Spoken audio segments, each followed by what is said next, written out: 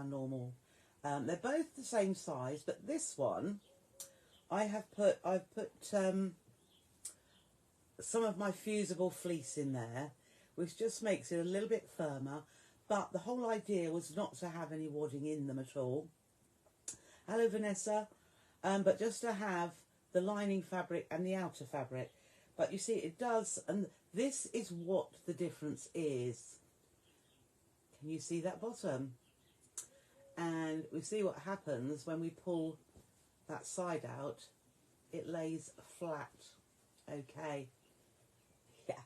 So we've got a flat bag, but as soon as we then put something in, the base becomes a nice flat base, which I thought was really clever. So this one as well, let me flatten it first. So we have a flat bag. This one is just lining. You can see it's flimsier. It's just lining calico at that.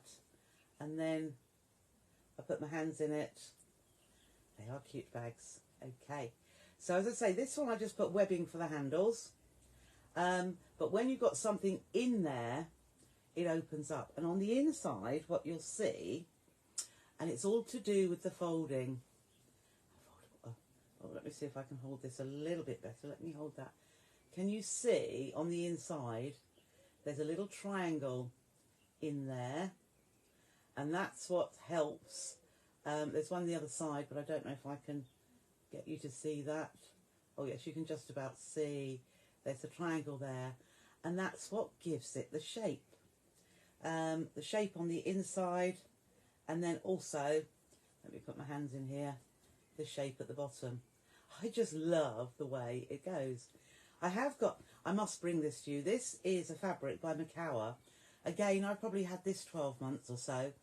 And I did some, there's a dark blue with the peony on.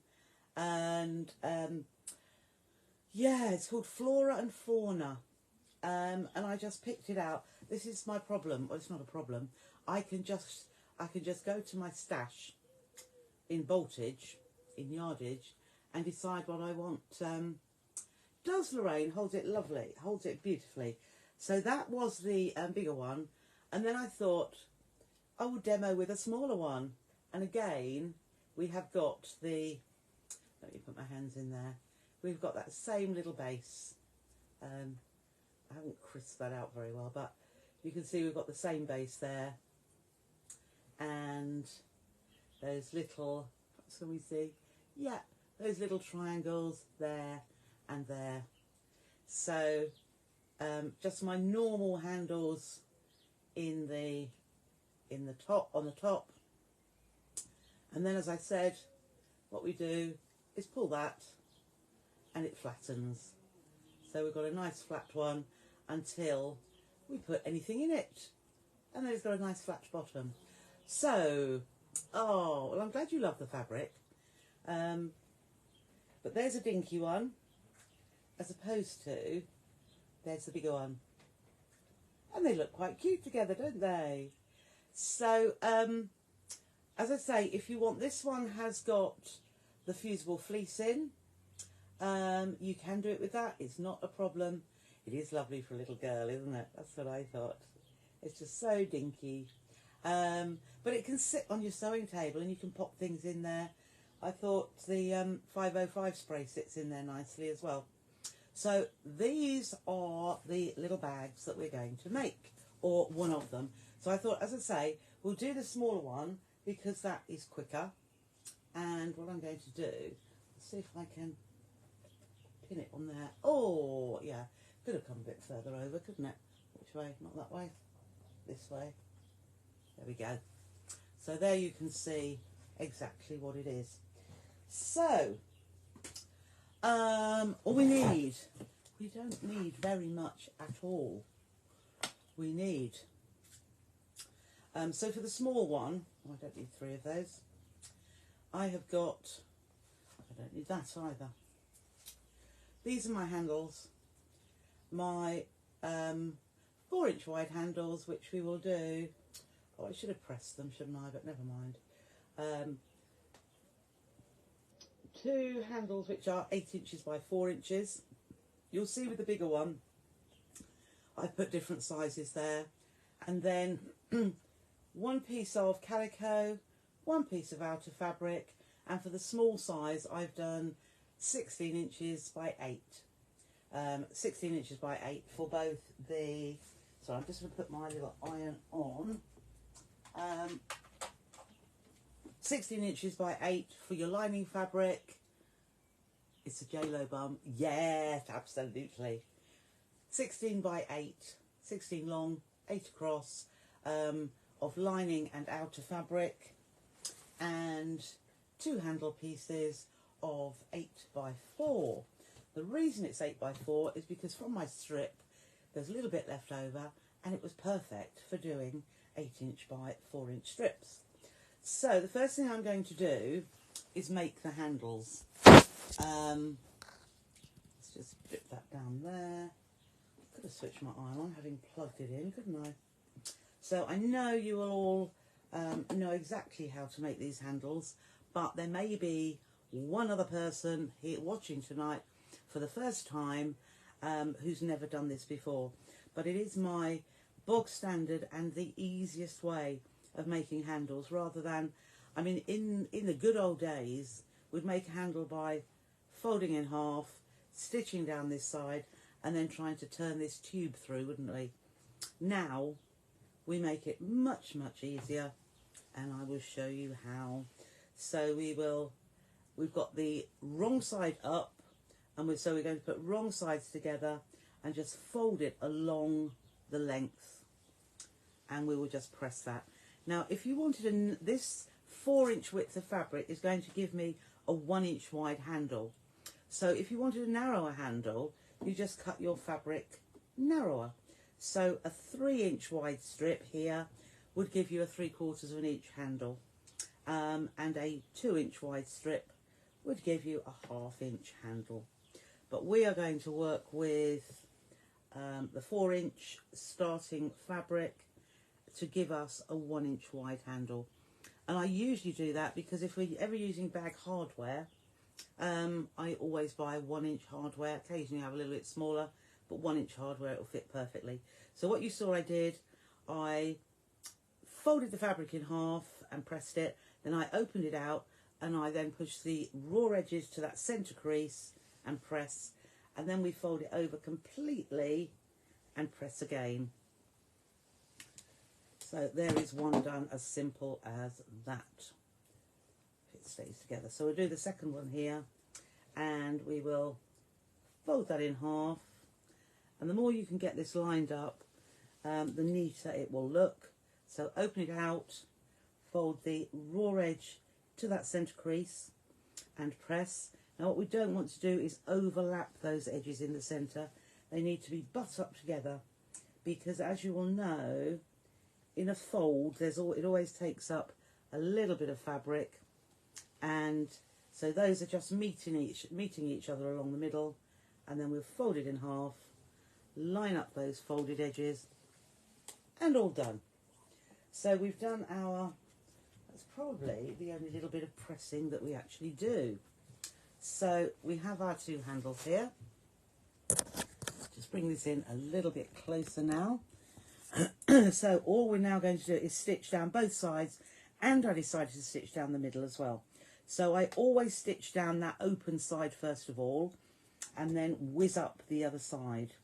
So usually I will do 1/8 of an inch from the edge, but I've started to do less, but you can do a smaller distance from that edge. But I'm just using my foot, my foot here, to line up on the inside edge of that foot. So rather than cutting the thread, I'm just going to put my next piece under here. What am I doing? That's what I'm doing. So I'm putting that under there, and then I'm just whizzing down that edge. And then also, rather than cutting the thread there, I'm just going to swivel round, and I just stitch across that end and come out the other side where I want to, swivel round, and carry on stitching down the other side. So we'll whiz down there and then put the second one under, because they are joined together by that little bit of thread.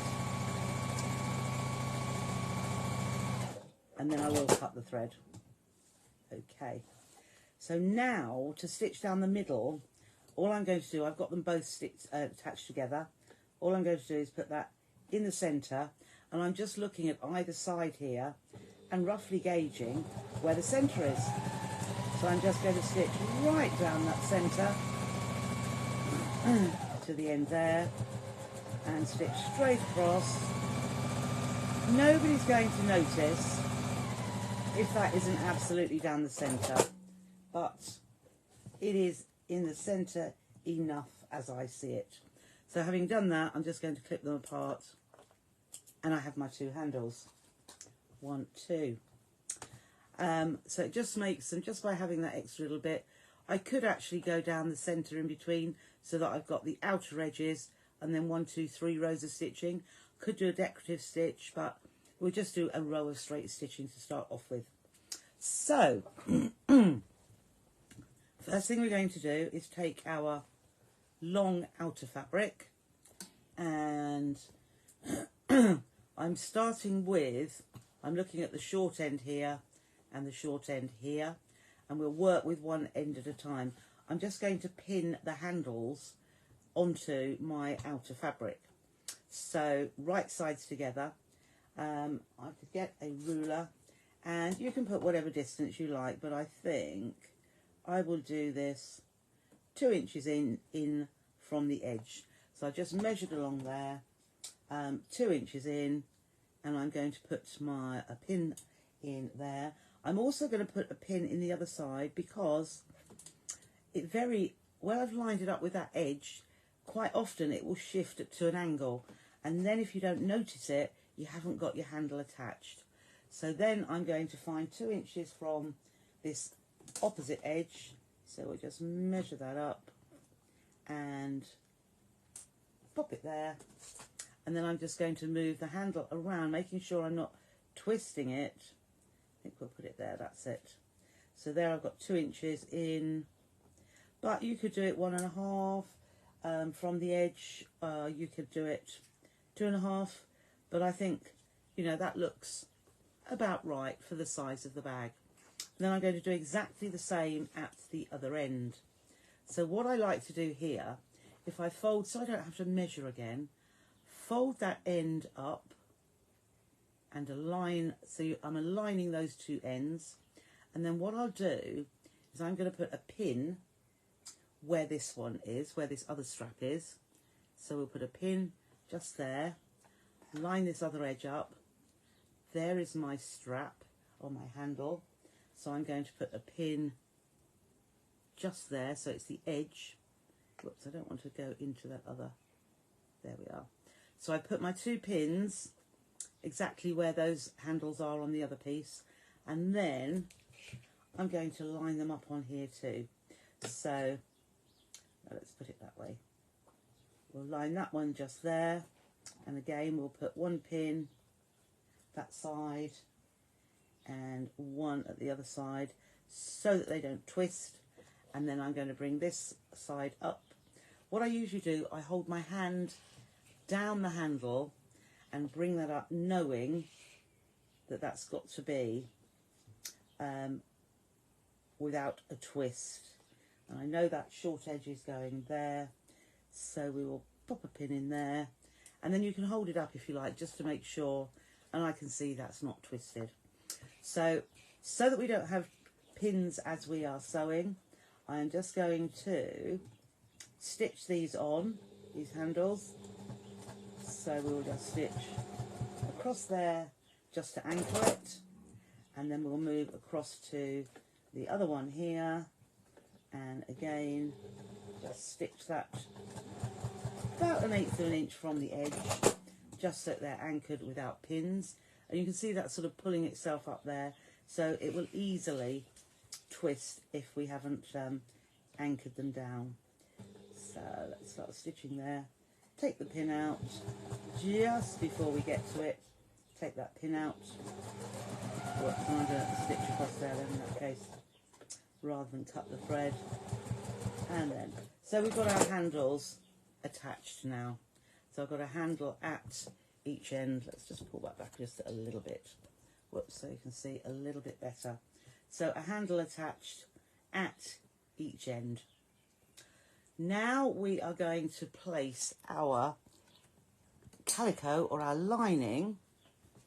Oh, that's not moving this very well, am I? There we are. Whoops, up a bit.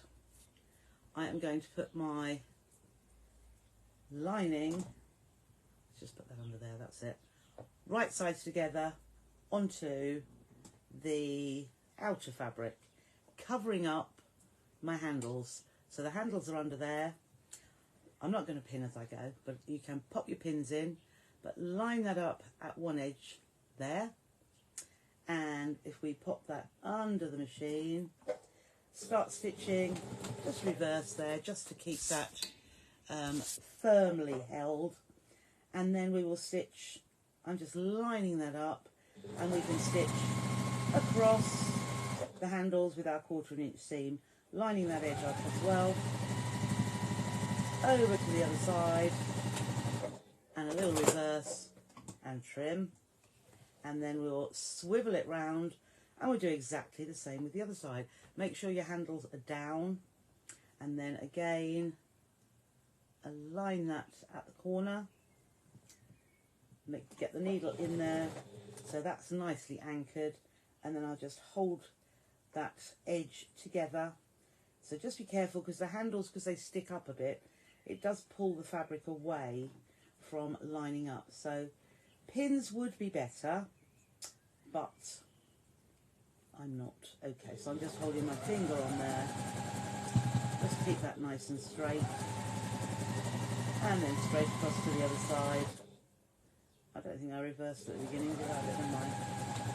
And then reverse at the end. Okay, so this is the clever bit now. So we have got our wrong side of, we've got right sides together basically. In here we've got the right side of the fabric and the right side of the lining. Now we're going to leave it with the wrong sides outside, but we are going to open this out so that the lining is on top of the lining and the outer's on top of the outer. We're going to align this part, which will be the top edge of the bag, and you can put both the seams going the same way or in opposite directions, doesn't really matter, but I'll put a pin in each side just to hold those seams there. And then we'll do the same at the opposite side. So I'm looking at this seam, as it's pushed that way, I'll make sure that seam is going that way, and then the lining seam will make that go the other way. So we're just nesting them like we do in our patchwork. So nested that seam, and we'll pop a pin just to hold that seam like so. Now we're not going to stitch straight away. So what we're going to do first of all, and it is better under here, the handles are poking down under the lining. So for this part, I'm going to push them under the outer fabric. So they are under there, just so that I can make this lining part lie nice and flat. So that's nice and flat. Even I will nail press or press that bottom fold here. Now on the bigger bag is a different measurement for this, but I'm going to measure 1.5 inches up from the fold. So I'm lining up 1.5 inches here, and then I'm going to draw a line. So this is on the lining, different for the lining to the front, the outer. So I've drawn a line 1.5 inches from that bottom fold on one side. I'm going to flip it over, and I'm going to draw another line 1.5 inches from the bottom. So as I say, all of you in the Sew with Trisha group, there's no need to write anything down because there is a PDF with these measurements in there. So having drawn on both sides, all we're going to do now is push this folded edge here up here. So the easiest way to do it is just to open that out, and then we can see our two lines, and I'm going to place those lines together. So if I just fold on that line there, and I fold and nail press that line there, I can, let's just see there, so I've nail pressed, as I say, on that line, on both of them, and then I'm going to pop them together, line them up, and now I've got in the centre like a concertina. There's like a little loop there, so we'll just place that together, and we will pop a pin in there to hold them, and then I'm going to do exactly the same on this side. So nail press along that line and that line, and then bring the two of them together. So you can just about see those two lines that we drew. So again, pop a pin there, and you can pull that across, and what you've got is like a little pleat, but pull it across, and what we can do, we can nail press that if we like, but that's all we do here. Then we're going to swivel round to work with the outer, and again, there are those handles. They didn't get in my way because I pushed them here, but because I'm working on this, excuse me, I'm going to push the handles under the lining, because the lining is all now pulled in place, and we've got exactly the markings and the pins where we need them. So this time, that's fine now. I can smooth this down for the outer, and we can just finger press. No need to press, but all I'm going to do here, again, that 1.5 inches. So I'm going to measure from the fold upwards and draw a 1.5 inch line. Probably don't even need to. The easiest way, but I like to do it. So I'm going to put a pin on that line through both layers, so it's pinned through there as well, and I'll put a pin on this side. Let's just put my hand there. Okay, so we've got a pin at each side, and then I'm just going to fold this up. So because I put the pin there on that line, I know that's at the 1.5, and I'll put a pin in across there to hold it. And similarly here, just flatten that down. The pin is right on the edge. Take it out and put. So all we've got here is a normal fold, not the same. So we've got that pleated fold on that one, but we have just got a fold. We just folded the fabric up. That wasn't too difficult, was it? Now what we're going to do is we're going to stitch down both sides. On one edge, let's say this edge, on this edge here, I am going to leave a gap for turning.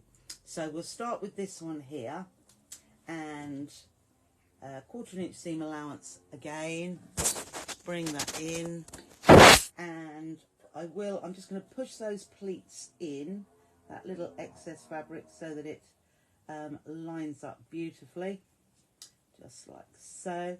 And when I start off, I am going to reverse there as well. So just making sure those edges are lined beautifully. We'll stitch all the way up here. Take that pin out as I get to it. And there. And then straight down the other side. Just make sure that that fold doesn't come up. All the way to the bottom. And cut. So then we can turn around to the other edge, and we will start from here. So reverse when we start, all the way. Now remember, we're leaving a gap in the lining. So we have come up to what will be the top edge of the bag. And then when we come to this side, we are going to leave a gap. So you can put it in there or mark it in some way. Now right down here, this is where my folded bit, can you see I've got the layers there? So I want to finish my sewing about 1/2 inch above there. So we'll come down, 1 inch or so, and cut the thread, leave our gap, and then start, as I say, about 1/2 inch above this folded, the bit with the fold in there, reverse, and straight down to the bottom, reverse at the bottom, and trim. So, not too difficult. Now we have our bag piece here. So all we're going to do now is we're going in through the gap, and because we've only got 2 layers of fabric, the lining and the outer, it will come through quite nice and easily. So we'll pull that through, pull the handles through, and the rest of it. And I mean, this part is a little bit like, so that's where, there we are, a little bit like the bag bottoms before. Can you see? And that one I did on the with the little triangle on the outside. So that's what's going to go inside. Hello, Barbara. And then also, let's just poke out the bottom of the outer, and we'll see how that works. You see that's coming there. And so then the other side as well. And so there it is. So we can stick our fingers in there. So it's hot, yeah, it will come out. So you're seeing that is starting to appear there. So now that we just poke those out, they will go inside the bag, but we're just going to close the gap here. So as I was showing, I think last week, what I like to do with an opening is I put my finger into that opening and just give it a little pull. So I'm holding on to where it's already stitched, and then I'm just going to push the edge in by about 1/4 inch, because that was our seam, and then nail press just down each edge, and similarly on this side as well. Just nail press down there, and then when you pull it together, it lays neatly together. So let's just hold that again, and then I'm going to take it to the machine and just see that it's right on the edge. Can't see that very well because the bag is sticking up a bit there, but I've got that right on the edge, and we'll just reverse there. I'm making sure the edges that I've nail pressed are just laying together nicely, and stitch down there. So trim that end off, trim that end off. And one of the things I do whenever, whether the gap is in the base or the side, just give it a pull, make sure there's no holes there. Oh, there's a little bit there. Oh, you see, I didn't go far enough. So that's why we check. So just go down a little bit further. That's it. We won't see that that has been opened, but I now know. So that is why, even now, I'm checking that that's all totally closed. So now I can tuck the lining into my base and just pull on the handles. It helps the lining to go in, and you can see when I push my fingers in, I'm getting that base that we were looking for. So there are those outer bits and there, but we can just flatten that down, and we've got a nice flat bag as well. So the next thing I do now, I am going to top stitch around this edge, and as I've also said before, I like to top stitch on the outer fabric. Now because it's small, that is quite difficult, so I'd have to go like this and keep pulling it round. The easier way is to turn it inside out, okay, like so, and then I can stitch on this inside edge here. So what I'm doing, just a little bit of thread there, there we go, just pull those, don't want those little bits, that must have been from the, there we go, that's good now. So I can just pull at those handles so that I can see that top edge, and I'm just going to stitch around here. So let's see. So I'm going to pop that under the machine, and again I'm going to do fairly close to that top edge. I'm under here. No. Oh, I'll just see if that's any better there. So I'm just stitching close to this edge, and all I'm going to do is I'm going to keep moving this around, but it is much easier, and I'm just pulling that. No, that's rubbish actually. Whoops. There we go. So I'll have to flatten that down out of the way, because you really can't see that very well at all.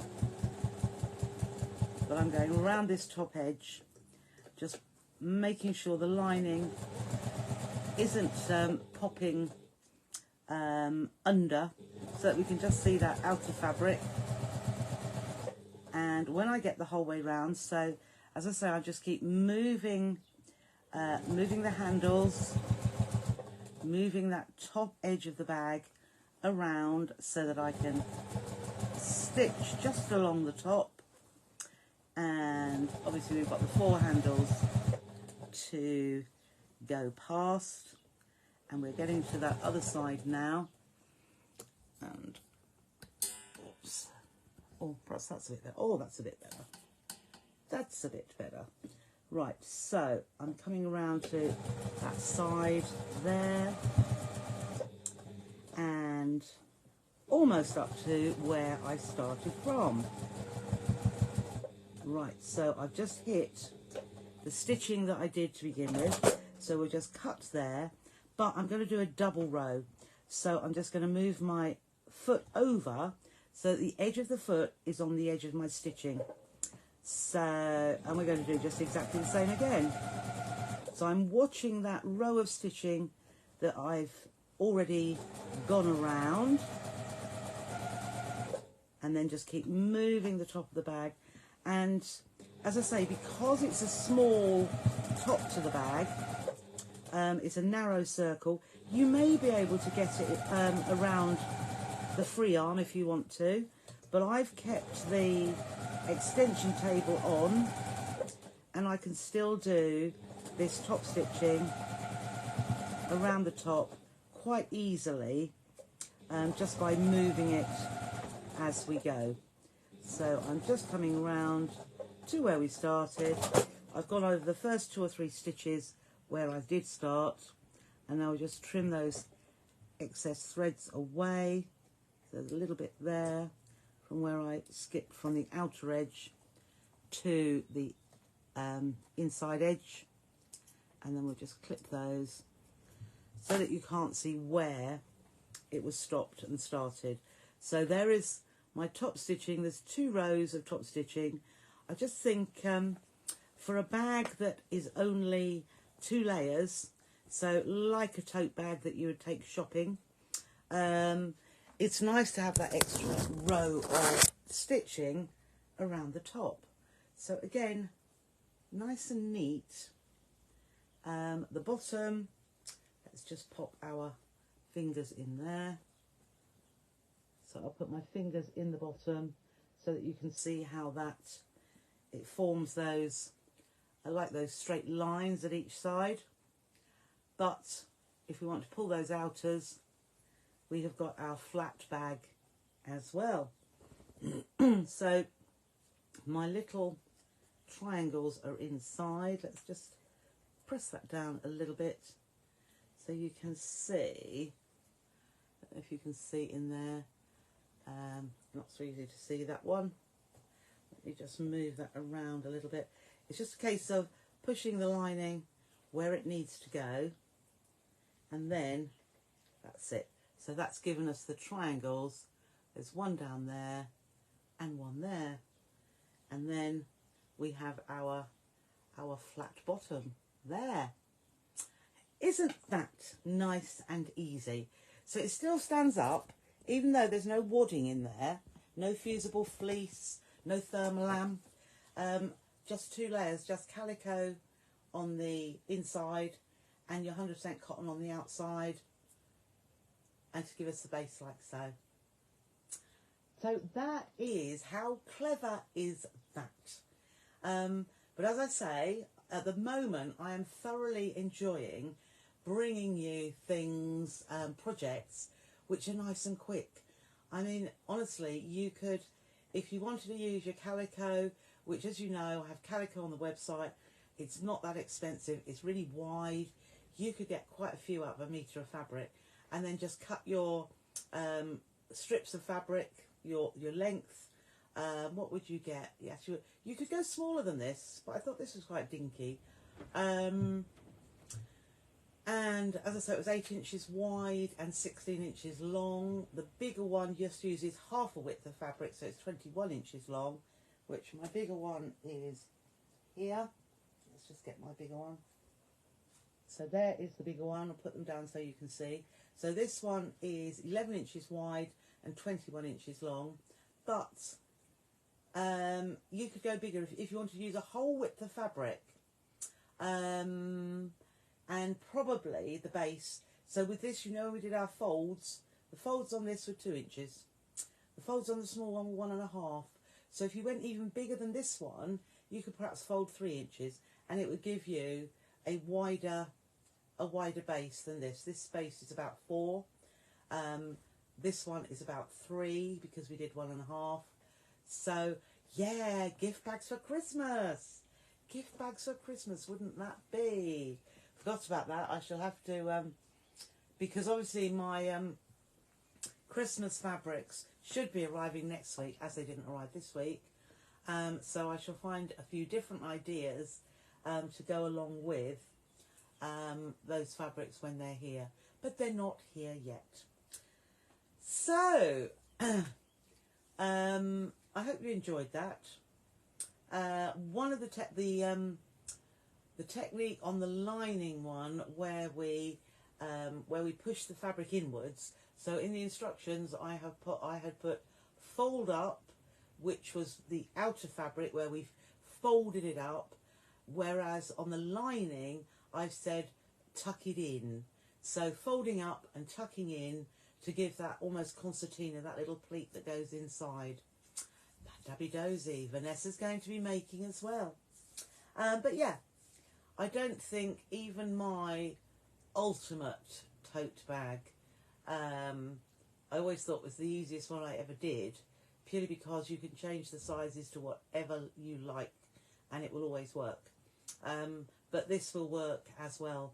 I mean, a really dinky diddy one to put, say, a little bottle of, you know, a miniature, a gin miniature or a whiskey miniature, would work really, really well. Oh yes, okay for grandchildren when they're shopping. Yeah, does look pretty cute, doesn't it? Yeah, I say. Yeah, a nice look. And just a present in there for a friend. Doesn't it make it look that extra bit special rather than wrapped in paper? Okay, sun creams, yes, yeah. The other thing you could do is your poppers. Why not, if you want to, I can see a little bit of thread there, that's it. Why not put a popper here to hold it together? If you wanted to, don't have to. I wouldn't say magnetic clasp because you'd have to think about when you put them in after you'd started stitching, but a popper, and that'll give you a nice little, might even do that, just to hold it together at the top. Very sweet indeed. Okay, I know my my dinner's on. Martin is cooking tonight. He can't move very well still, but he can stand at the cooker, at the oven, and he's been making chili, so I am rather looking forward to that. I'm quite peckish. Oh, that's okay, Gita, don't worry. So, I hope you've enjoyed. It is open house here tomorrow. So, if you're in the area, it would be lovely to see you. I'm hoping that the weather, somebody did say to me, the weekend's going to be good, especially Sunday. Well, I hope it comes that little bit earlier and that it's really nice tomorrow too. Thank you, Judith. You still enjoy it. I'm glad you do, Shirley. I love having you here. Thank you, Jill. And hope you feel better really soon, John. And when you're better, I shall be suffering because something's got to be done very, very soon. Enjoy your tea. I will enjoy my tea. Thank you, Jane. So yes, open house here tomorrow. Then I shall see you, or see you tomorrow, Bev. That will be lovely. See you on Tuesday. And Tuesday in the Sew with Trisha group, if you haven't heard about it already, because I keep saying about it, we're going to be doing foundation paper piecing. So, yes, we'll see what we can do there, and we will have a lovely time, I'm sure. So enjoy your evening and the rest of the weekend. Thank you for joining me tonight, and I'll see you next Tuesday. Bye for now.